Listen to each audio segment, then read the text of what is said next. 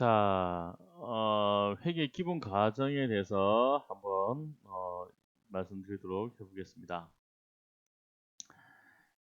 우선 회계의 기본 과정이란 회계를 작성하는데 필요한 이론적 구조를 형성하는데 뭐 여러 가지 그 세 가지가 기본 과정이 있습니다. 그 세 가지 기본 과정이 어떤 거냐면 회계 실체, 그리고 계속 기업, 그리고 회계 기간, 이렇게 뭐 회계의 기본 과정이라고 나와 있는데, 쉽게 말하면 그 회계를 할 수 있는 실제적인 존재가 무엇이냐, 회계의 기본 과정 실제적인 존재가 무엇이냐, 그리고 이 회계의 기업이 향후 계속적으로 할 것이냐 안 할 것이냐, 아까 말씀드렸던 것처럼 미래지향적인 부분들이 필요하다고 그랬죠.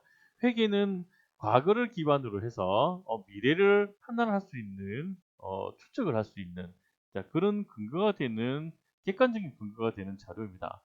그런데 오늘 만약에 어, 금년만 올해만 한다라고 했을 때 회계의 가치는, 큰 기본적인 가치는 별로 없죠. 그 가치가 필요한 부분들은 만약에 올해 마무리를 하기 위한 세법, 결국에는 조세를 하기 위한 그 존재인 거지, 기본 가정 올해만 하겠다라는 것을 보통 염두에 두진 않죠. 누구나 다 100년 기업을 꿈을 꾸고 그렇게 기업이라든지 이제 진행을 하게 됩니다. 그래서 회계의 기본 가정은 회계의 실체가 분명히 존재해야 되고, 그리고 계속 미래에 지속적으로 존재한다는 가정, 그리고 그 회계 기간이 이제 필요합니다. 그 회계 기간을 어떻게 할 것이냐. 우리가 국가를 구성하는 데도 필요한 것들이 있죠. 국가를 구성하는 데는 국가라고 한다면 뭐 어떤 게 구성이 되어야 됩니까? 국가가 그냥 구성이 될 수는 없잖아요. 그죠? 그래서 영토가 있어야 되죠. 그러면 그 영토 위에 뭐가 있어야 되죠? 그죠? 예, 국민이 있어야 되죠. 자, 국민이 있어야 되죠. 그 다음에 뭐가 있어야 되죠? 주권. 예, 주권이 있어야 됩니다. 자, 우리가 일제강점기에 우리가 국가로서의 인정을 받았지 못했던 부분이 무엇이냐? 자, 바로 그런 부분들이 있죠. 우리는 영토가 있었습니다. 그죠? 자, 그리고 우리 국민이 있었습니다. 그죠? 하지만 무엇이 없었느냐? 음, 을사늑약에 따라서 우리나라 주권이 상실이 됐었죠. 그 친일 오적에 의한 을사늑약 외교권이라든지 이런 부분들이 상실이 되면서 우리가 국가로서의 주권을 상실을 했기 때문에 우리가 국가로서의 인정을 받지 못했던 부분들이 있었습니다. 자, 그래서 이제 임시정부에서 여러 가지 이제 그 정부 활동을 하기는 했었죠. 근데 그 부분들도 국가로서 인정을 받기에는 상당히 미흡했었다. 왜? 우리는 주권이 있다라고 했을 때 주권을 인정을 하고, 주권과 국민을 인정한다고 하더라도 영토, 자, 국가가 가져야 되는 영토가 없었기 때문에 그 또한 국가로서 그 인정을 받기는 어렵습니다. 자, 그래서 우리나라가 광복이 되고 난 이후에 분명히 이런 조건이 갖추어졌고, 그리고 그 헌법에 따라서 임시정부의 정신을 이어받는다라는 이제 문구가 들어가 있던 부분들도 이런 내용들입니다. 자, 이런 내용이 왜 말씀드리냐면, 회계 기본 가정도 그렇게 그 있어요. 자, 회계에 실체가 있어야 되고, 그리고 이 실체가 계속 될 거라는 계속 기업의 존재 가정도 있어야 되고, 그리고 회계, 그 일정 기간 단위로 그 회계를 한다는 회계 기간이 있어야 된다는 말씀을 드리기 위해서 긴 얘기를 했습니다. 자, 회계의 기본 과정은 아까 말씀드린 것처럼 회계의 실체와 계속 기업과 그리고 회계 기간이라고 말씀을 드렸는데, 자, 그렇다면 회계의 실체는 무엇이냐? 방금 말씀드린 대로 실체, 실제로 있는 존재하는 어떤 존재체, 병원. 자, 병원은 실체가 되겠죠. 병원은 뭐 그 벤처 기업이라든지 그런 기업, 무형의 기업이 아닌 상황이기 때문에, 온라인 기업이 아닌 상황이기 때문에 하나의 독립된 별개의 경제 실체입니다. 하나의 독립된 별개의 경제 실체. 회계 실체가 있어야 된다. 회계의 기본 과정이 뭐냐? 아까 말씀드린 것처럼 첫 번째, 회계 실체가 있어야 되고, 두 번째 뭐가 있어야 된다고 말씀드렸죠? 계속 할 거라는 가정. 그리고 세 번째 그 회계 기간이 있어야 된다는 가정. 이거는 아까 말한 실체가 있어야 된다. 실체가 있어야 된다. 그리고 어, 계속돼야 된다. 계, 계속 글씨가 참 예. 그리고 그러려고 하면은 회계 기간 동안 이루어져야 된다. 회계 기간. 요렇게 세 가지의 과정이 이루어져야 된다라는 말씀드립니다. 자, 그렇다면 그 회계 실제는 재무제표에 포함된 정보는 병원의 관점에서 제공이 되어야 된다라는 되는 거죠, 그죠? 자, 그러면 실제적으로 어, 이 예를 들어서 병원장이 신규로 아파트를 구입하였다. 병원장이 아파트를 구입을 해야 되겠다.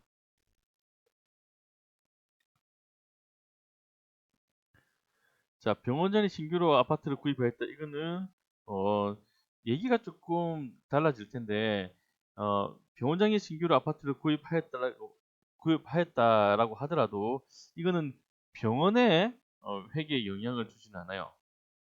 그런데 만약에 병원장을 위해서 병원장의 관사를 매입을 했다. 병원장을 위해서 관사를 매입을 했다. 자, 병원장을 위해서 관사를 매입했다. 그러면 이거는 병원 돈으로 이루어진 거죠. 위에 거는 병원장이 신규로 아파트를 구입을 하였다. 병원장 돈으로 이루어진 것이고 병원장을 위해서 관사를 매입하였다. 이런 부분들은 결국에는 병원 돈으로 이루어진 거죠. 그래서 병원장을 위해서 관사를 매입하였다. 이 조건 자체는 바로 병원 회계에 중대한 변화 요인이 될 것입니다. 반면에 병원장이 신규로 그 자금으로 아파트를 구매하였다는 이 부분들은 큰 병원의 회계에 영향을 미치지 않는 부분이 되겠죠.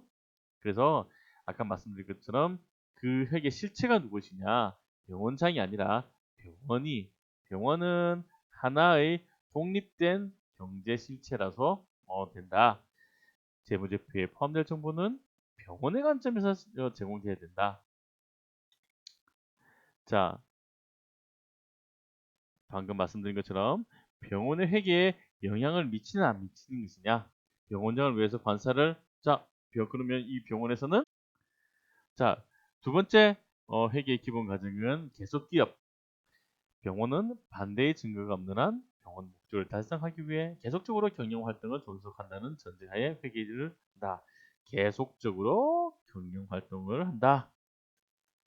자, 병원은 그 경영 활동을 청산하거나 축소시킬 의도가 없을 뿐만 아니라 일부러 도산시키는 의도가 없죠. 그죠? 모든 기업은 그러한 필요성도 없기 때문에 향후 지속적으로 미래의 가치를 생산한다는 가정.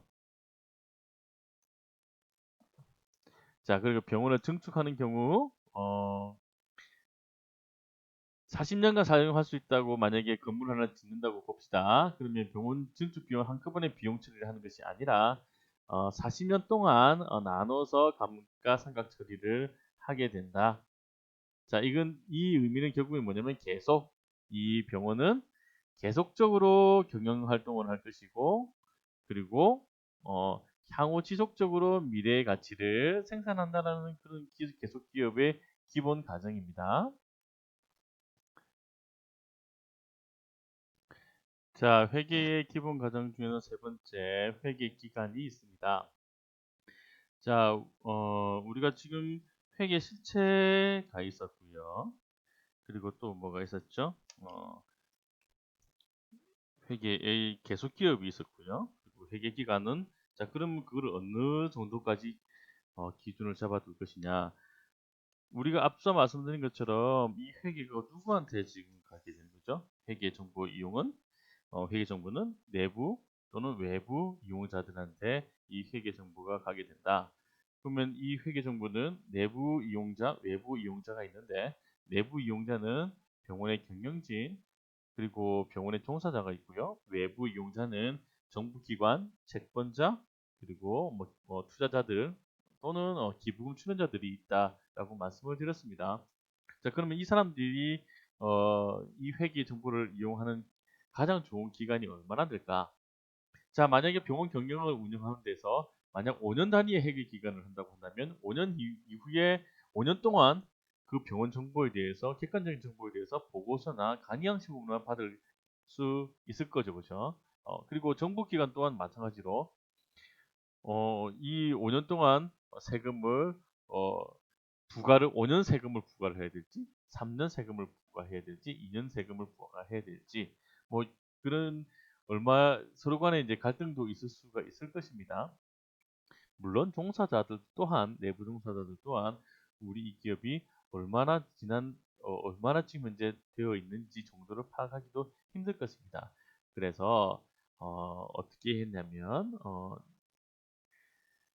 일반적으로 이 회계 기준을 1년을 기준으로 하게 됩니다. 1년을 기준으로 이 회계 실체 존속 기간을 1년으로 해서 이 회계 기간을 산정을 하게 되는 거죠. 그리고 일정 기간을 인위적으로 구별해서 손익을 산정을 하는 것이 이 회계 1년이라고 하는데, 자, 우리가 만약에 1월 1일부터 12월 31일까지를 보통 1년의 기간을 단기 기간을 정해 놓습니다. 자, 그리고 6월 30일 기점으로 뭐 이건 너무나 다 아는 얘기죠. 자, 이 부분들은 상반기 그리고 6월 30일 이후부터 하반기. 자, 우리가 지금 하반기에 있죠, 그죠? 자, 그리고 분기는 3개월 기점으로 자, 1분기, 2분기, 3분기, 그리고 4분기, 1, 4분기, 2, 4분기, 3, 4분기, 4, 4분기 이렇게 하게 됩니다. 자, 그리고 전년도는 전기, 그리고 내년도는 차기. 자, 이게 왜 중요하냐면 전기에 있었던 어떤 실적 내용이 있을 겁니다. 예를 들어서 다시 말씀드리면 예를 들어서 우리가 만약에 전기에 우리가 인건비가 필요하다. 인건비가 전기에 우리가 지금 얼마나 있을 수 있을까?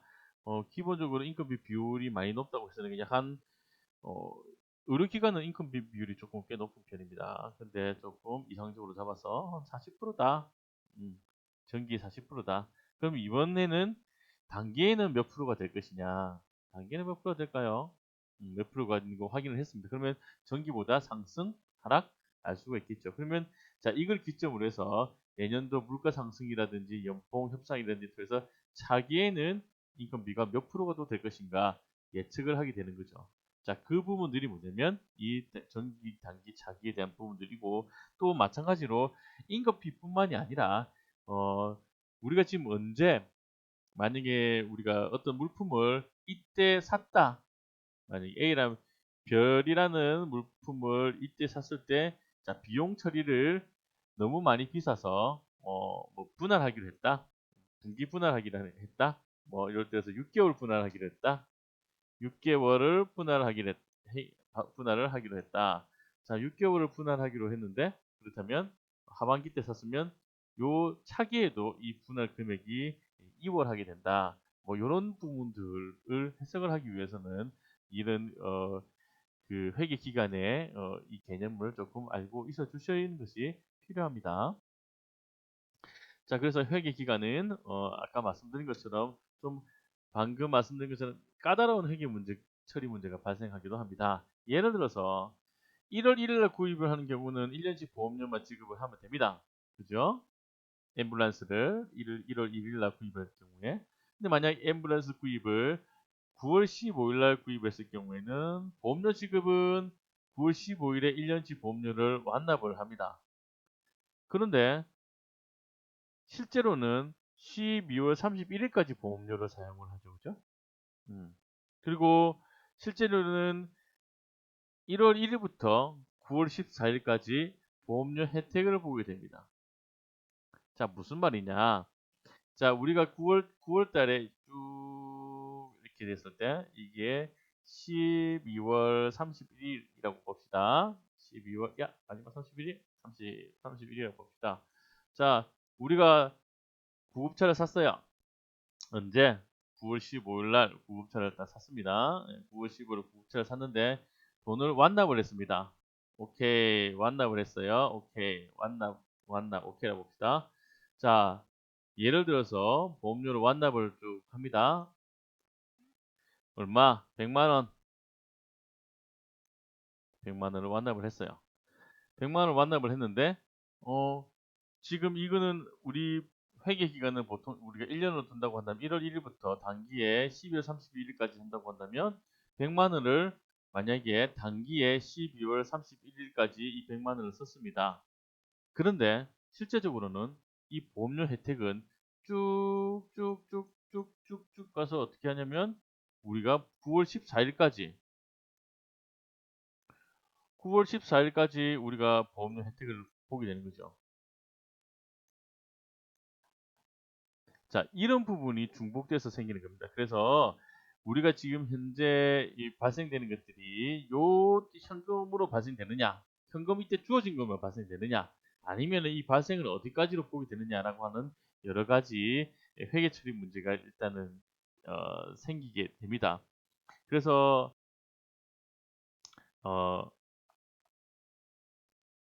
그 다음에 이 회계 처리가 유용하게 사용될 수 있도록 여러 가지 상황들을 이제 제재해 놓는데 이 부분들은 이제 여러 가지 질적 특성으로 맞춰질 수가 있는데 이 부분들은 다음 시간에 또 할 수 있도록 하겠습니다.